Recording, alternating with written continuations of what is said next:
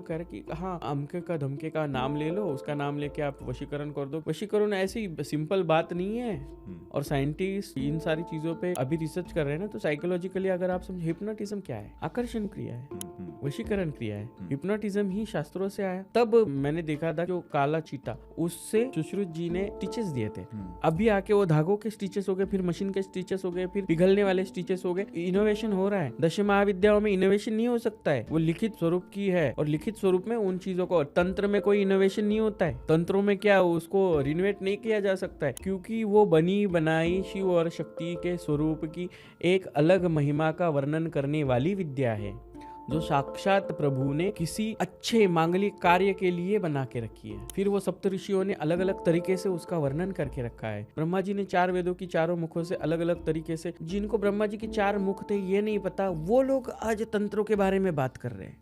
क्यों ब्रह्मा जी का एक मुख अलग तरीके से ये हो गया? चारों वेदों से निकले हुए उत्तर, दक्षिण, पूर्व, पश्चिम, चारों तरह यजुर्वेद, सामवेद, अथर्ववेद, ऋग्वेद, इन वेदों का जब जन्म हुआ तो अलग अलग ब्रह्मा जी ने 4 अलग अलग तरीके से इसका ये किया। तो उसमें कुछ लिखा हुआ है, वो पढ़ना भी होगा ना, तब दश महाविद्या समझ में आएगी। शिव और शक्ति का स्वरूप भी समझना होगा, नहीं तो ऐसे ही बैठे यक्षिणी सिद्ध हो गई, डाकिनी सिद्ध हो गई, शंकिनी सिद्ध हो गई, योगिनी सिद्ध हो गई, इनको किन्नरी साधनाएं सिद्ध हो गई। क्यों भाई? किन्नरी साधना मतलब इतना लोगों ने मैंने कुछ वायरल वीडियोस देखे हैं कुछ पॉडकास्टों के, कि उनको किन्नरी साधना में किन्नरी सिद्ध हो गई। किन्नरी है कौन ये भी तो बता दो। अरे उपदेवताओं में आने वाला जो वर्ग है, जो ब्रह्मा जी के कमंडलू से जिनका जन्म हुआ वो किन्नर थे, फिर भी वो नहीं हो पा रहे थे, तो उसमें किन्नर और किन्नरी अलग निकले। फिर भी रिप्रोडक्शन नहीं हो पा रहा था, तो किन्नरी में से नारी और किन्नर में से नर निकले। तब आप लोग हो, और आप लोगों को वो नहीं पता, आप उनको सिद्ध करने जा रहे हो। उन साधनाओं को आप मजाक बना के रखे हुए हैं और लोगों में डर फैला रहे हो। इसीलिए लोगों में दश महाविद्या या अघोर साधना से रिलेटेड अलग तरह का डर है,